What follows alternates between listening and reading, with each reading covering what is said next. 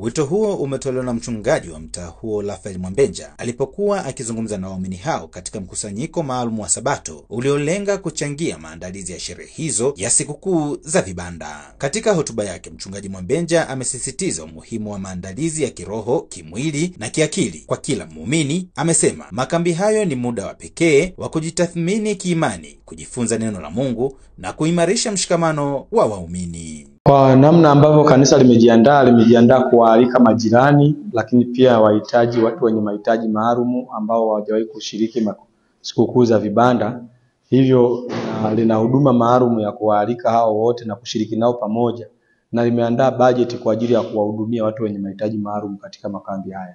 Ninawaalika waumini wengine wa madhehebu mengine kutoka makanisa mengine popote walipo ndani na nje ya nchi, washiriki wajiandae wakaribie pia katika kambi letu hili mnamo tarehe 3 mwezi wa 8 mpaka tarehe 9 mwezi wa 8 hapa eneo la kanisa la Mlima Reli Mbalizi.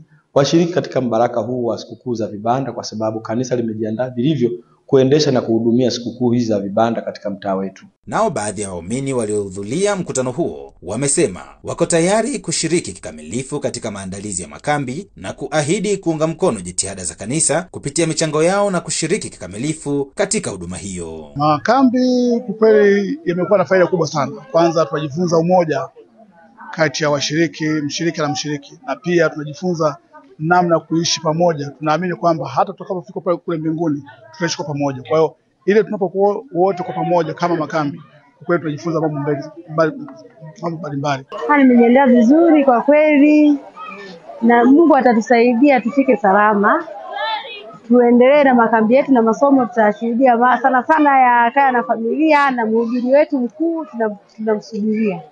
Makambi ni sherehe. Sisi hatuna sherehe kubwa zaidi kama hii ya makambi, na ni sherehe ambayo tunaitarajia kwamba itakuja kwa namna yake, na tunamshukuru Mungu kwa kuwa itaanza mapema, ambapo itaanza tarehe 3 mwezi wa 8. Kwa hiyo kama mimi kijana natarajia kwamba tutakuwa tuna masomo mazuri ambayo yatatuongoza sisi. Masomo yanakuaga masomo ya mahusiano kwa vijana ambao sisi ambao hata hatujaoa bado. Kwa hiyo tunatumaini kwamba tutapata masomo mazuri ambayo yatatuongoza, kwa sababu tunajifunza namna ya kuchagua mchumba. Makambi hayo yanatarajiwa kuhudhuriwa na watu mbalimbali kutoka mitaa jirani, wakiongozwa na wachungaji mbalimbali wa kanisa la Waadventista wa Sabato, huku kwaya kutoka maeneo tofauti zikitarajiwa kushiriki. Kutoka hapa mkoani Mbeya, mimi ni Samuel Mpogole.